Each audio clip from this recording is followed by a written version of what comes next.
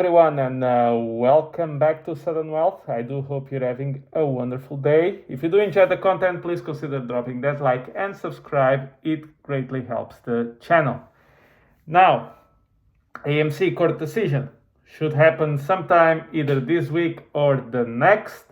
I've gave you my opinion. I do think the reverse stock split and the merger of Ape will be approved, because the company desperately needs it to survive. The company, as I previously mentioned, has negative equity, which means that if AMC sells everything they have, they still require $2.6 billion to pay the liabilities. So that's how bad that company is. And also because they burn more than $600 million in cash every single year.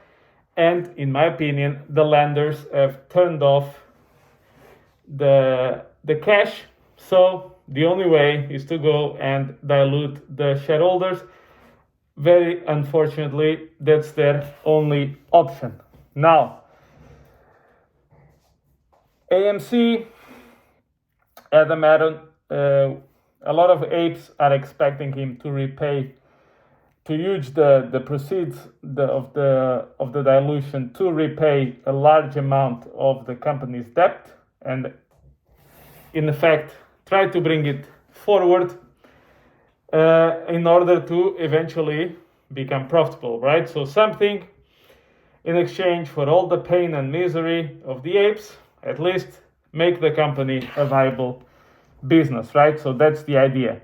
One thing I know for sure, or one thing I don't know for sure, but that I can almost guess for certain that you see those $23.7 million, those are not coming down. Oh, no.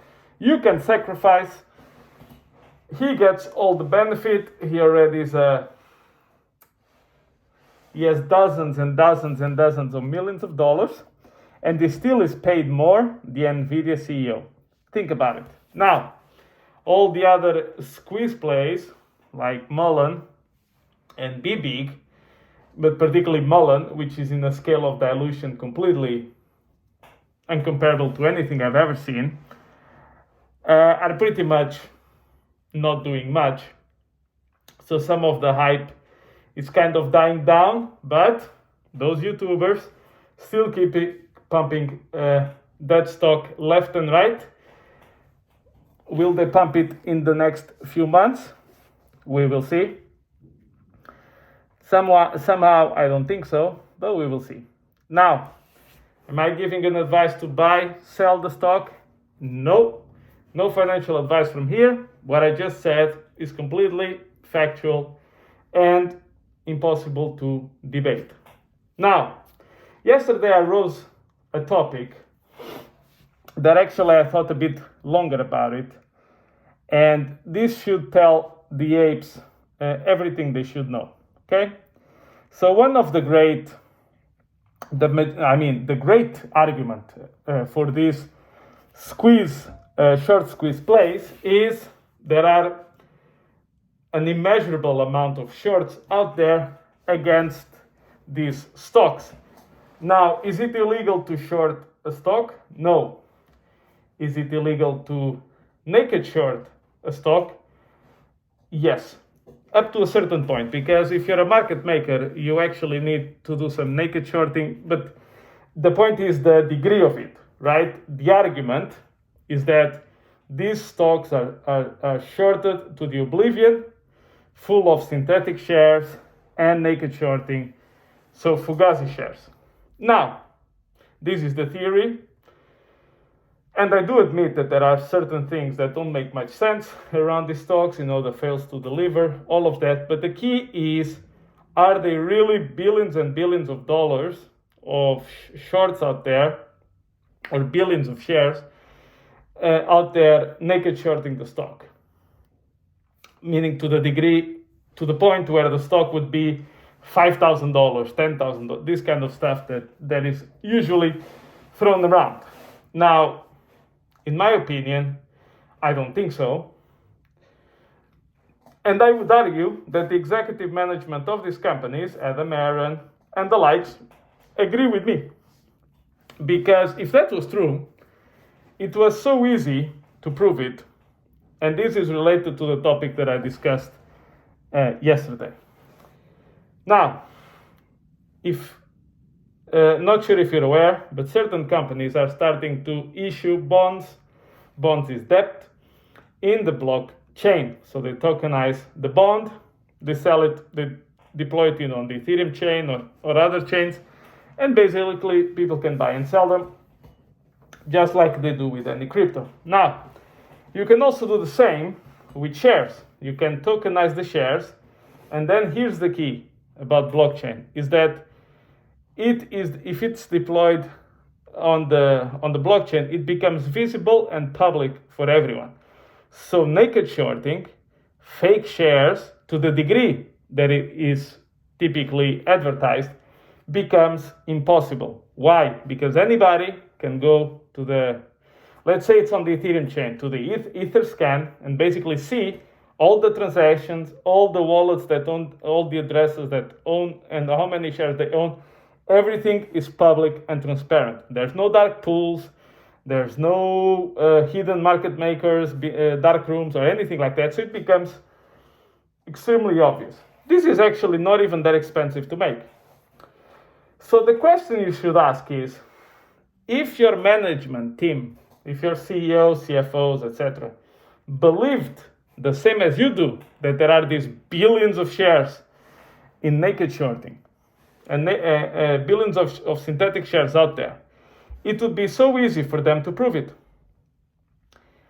Deploy your shares on the blockchain, all the shares become immediately accounted for, not just these ones, but any shares issued in the future. Everything becomes accounted for. You know who's selling, who's buying, you know all of it, and all of a sudden it's proven if there is synthetics and naked shorting, yes or no. So the question you should ask is, why don't they do it?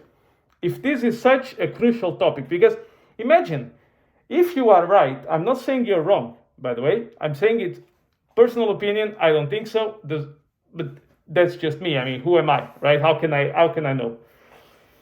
But if the senior management of those companies that you're looking at for short squeezes believed in you, and actually had basically agreed with all of you and not with me, it would be so easy to do the process that I just mentioned. Now, the question you should ask yourselves is, why don't they do it? And here is where my theory comes in. Imagine that they do it. But now imagine that it gets proven that there's no meaningful naked shorting and no meaningful synthetic shares. What do you think the Apes going to do? I would argue, most likely, they would sell. But then what would happen to all these insiders and their share compensations, their 23.7 million rewards, their 6 million salary packages? What would happen to them? You see, that's, I think, one of the biggest arguments, that actually they are closer, that the managers of the companies the Apes are picking are actually closer to my position, which I think that there may be some naked shorting, but not millions of shares or billions of shares like it's thrown away. Otherwise, it would be so easy to prove it, unless you're saying that your executive management is protecting the short sellers in this scenario, right? What I'm trying to say is that you cannot have the cake and eat it too. So if there's a way, very easy, to actually show if there's market manipulation, naked shorting, synthetic shares, etc., why don't they do it?